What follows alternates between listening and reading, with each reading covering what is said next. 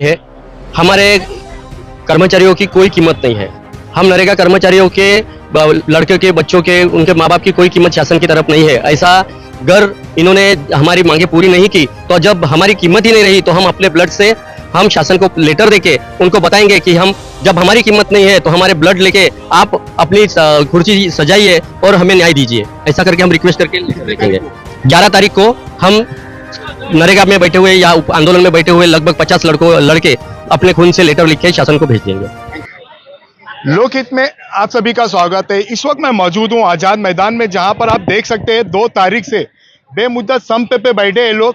राज्यव्यापी बेमुद्दत संप पे ये लोग को आश्वासन दिया गया था कि ये कॉन्ट्रैक्ट बेसिस पे थे, इनको परमानेंट करने का आश्वासन दिया था, लेकिन मैदान में जो बेमुद्दत के संप पे बैठे हैं उनके ऊपर जरा भी ध्यान नहीं है। उसी के साथ हमारे साथ यहाँ पर कोई कार्य अध्यक्ष है जो प्रमुख है, हम उनसे बात करना चाहेंगे कि ये संप क्यों किया गया। सर, सबसे पहले तो आपका लोकहित में स्वागत है। ये जो आपने आजाद मैदान में जो संप किया है, आपने क्यों किया है, क्या कारण है? सर, हम मनरेगा में 2008 से कार्यरत है। लगभग 15 से 17 साल से काम करने वाले सभी कर्मचारी हैं। हम बार बार अपनी मांगों के लिए शासन की तरफ निवेदन दिए हैं, उनको रिक्वेस्ट किए हैं, लेकिन उनकी तरफ से हमें कोई भी सकारात्मक ऐसा धोरण नहीं मिला। हमको खाली आश्वासन मिला कि हम आपके लिए कुछ अच्छा करेंगे और अच्छा करने के नाम पे हम सब कंत्राटी कर्मचारी जो है उनको एक S2 कंपनी करके आउटसोर्सिंग कंपनी उनको बेच दिया है। वो हमारे मांगों की तरफ काना डोड़ा करके हम लोगों को कुछ भी जो मजदूर के लिए कामगार के लिए जो बेनिफिट्स है वो कुछ नहीं देती, खाली हमारा शोषण कर रही है। 17% सेवा के नाम पे लेती है, लेकिन हमारे कर्मचारियों को कोई भी लाभ नहीं मिलता है। और शासन के अदर दूसरे योजना है, वहाँ पे जो 5 साल 10 साल में जो काम किए हैं उन लोगों को शासन ने शासन सेवा में लिया है। वो नियमित कर्मचारी करके आज कार्यरत है। वो कर्मचारी आज अपने घर में सुखी है, लेकिन हम जो गौर गरीब जनता के लिए, गौर गरीब मजदूर लोगों के लिए रोजगार उपलब्ध करते हैं, हम कोरोना काल में जो गरीब मजदूर है वो भूखे ना सोए, इसलिए हमारे पूरे कंत्राटी कर्मचारी कोरोना काल में अपने जान की परवाह न करते हुए लोगों को रोजगार देने के लिए दौड़े। लेकिन आज सरकार हमारे ऊपर जो बीत रही है, हमारा मानधन अच्छे से नहीं मिलता, हमको बराबर से सिक्योरिटी नहीं है, उसके लिए हमारे लिए शासन कुछ भी नहीं करता, हमारे पास दूजा भाव करता है।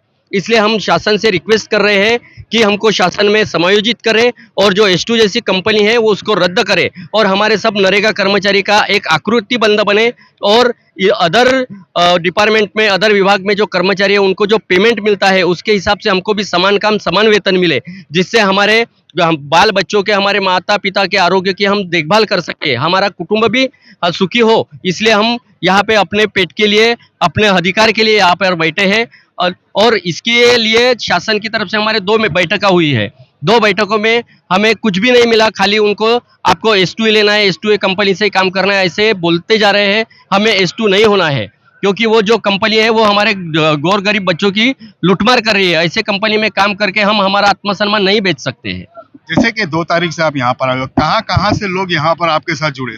महाराष्ट्र के 34 जिलों में से जो ग्रामीण भाग में ब्लॉक लेवल में काम करते हैं, ऐसे पूरे कर्मचारी है। यहाँ पर जो कर्मचारी है डिस्ट्रिक्ट लेवल में, आयुक्त लेवल में, ब्लॉक लेवल में जो काम कर रहे हैं वो तांत्रिक सहायक अधिकारी है, सहायक कार्यक्रम अधिकारी है, प्रोग्राम मैनेजर है, MIS कोऑर्डिनेटर है, डाटा एंट्री ऑपरेटर है, वाहन चालक है, सिपाही है। ये सभी कैडर के जो लोग हैं वो यहाँ पर आए हैं और वो अपने हक की लड़ाई लड़ रहे हैं। आज पूरे योजना में लगभग 4223 कर्मचारी कार्यरत है। 4223 कर्मचारी आज इस संप में सहभागी है और उनको एक ही लग रहा है कि ये जो सरकार है हमारे लिए कुछ करे।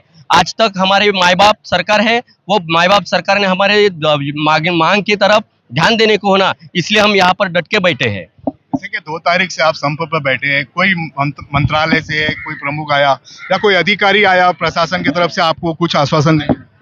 हमारे उपोषण स्थल पे यहाँ पर जो धरना आंदोलन है यहाँ पे कोई अधिकारी आए नहीं, लेकिन पुलिस विभाग से हमको वो मंत्रालय में लेके जाया गया। वहाँ पर पहले दिन यानी 2 तारीख को ही उपसचिव साहब के कार्यालय में हमें बुलाया गया और वहाँ पर हमको समझ देने का प्रयास किया। हमारे मांगनी के ऊपर हमको उलट डांट मिली कि आप गलत कर रहे हैं, लोगों का नुकसान कर रहे हैं, लोगों को रोजगार नहीं दे रहे। ये कौन डांट दिया आपको? वो वहाँ पे उप सचिव साहब करके कोदे साहब, उनकी तरफ से डांट मिली कि आप लोगों का नुकसान कर रहे हैं, लेकिन वो हमारा क्या नुकसान हो रहा है उसकी तरफ उनका ध्यान नहीं है। बाद में हमारी 6 तारीख को आदरणीय सचिव साहब के पास डिस्कस हुआ। सचिव साहब ने हमारे पूरे मांग जान ली। वो हमको आश्वासन दिए कि हम आपका शासन सेवा के अनुसार में हम कुछ करेंगे बोले। और बाद में वो जो S2 कंपनी के हमने अपाई उनके पास सादर किए, तो उन्होंने बोले कि हम मंत्री महोदय के साथ डिस्कस करके आपको हमारा निर्णय हम बता देंगे, ऐसा करके बोले। लेकिन अब तक कोई डिसीजन हमारे पास नहीं आया। जैसे कि 2 तारीख हो गई, आज 7वां-8वां दिन है आपका, अब उपोषण पर बैठे। अगर कोई निकाल नहीं आता है तो इसके आगे का आपका क्या होगा निर्णय? अभी तो हम धरना आंदोलन पे है, लेकिन 11 तारीख तक हमें अगर कोई डिसीजन नहीं मिला तो यहाँ पे हम अन्न त्याग आंदोलन कर रहे हैं, आमरण उपोषण करने के लिए बैठने वाले हैं। हमें अपनी जान का कुछ कीमत नहीं है, ऐसा सरकार को लग रहा होगा, तो हम मरने के लिए भी तैयार है अगर हमारी मांगे पूरी नहीं हो रही है तो। लोकहित के माध्यम से आप सरकार से क्या मांग मांगते हो?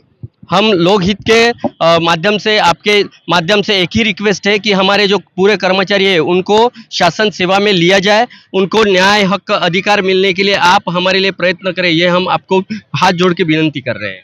जैसे कि इन्होंने आवेदन लेके मंत्रालय तक गए थे, लेकिन 2 तारीख को इनको फटकार मिली है। ऐसा लगता है कि सरकार इन पे ध्यान नहीं दे रही है।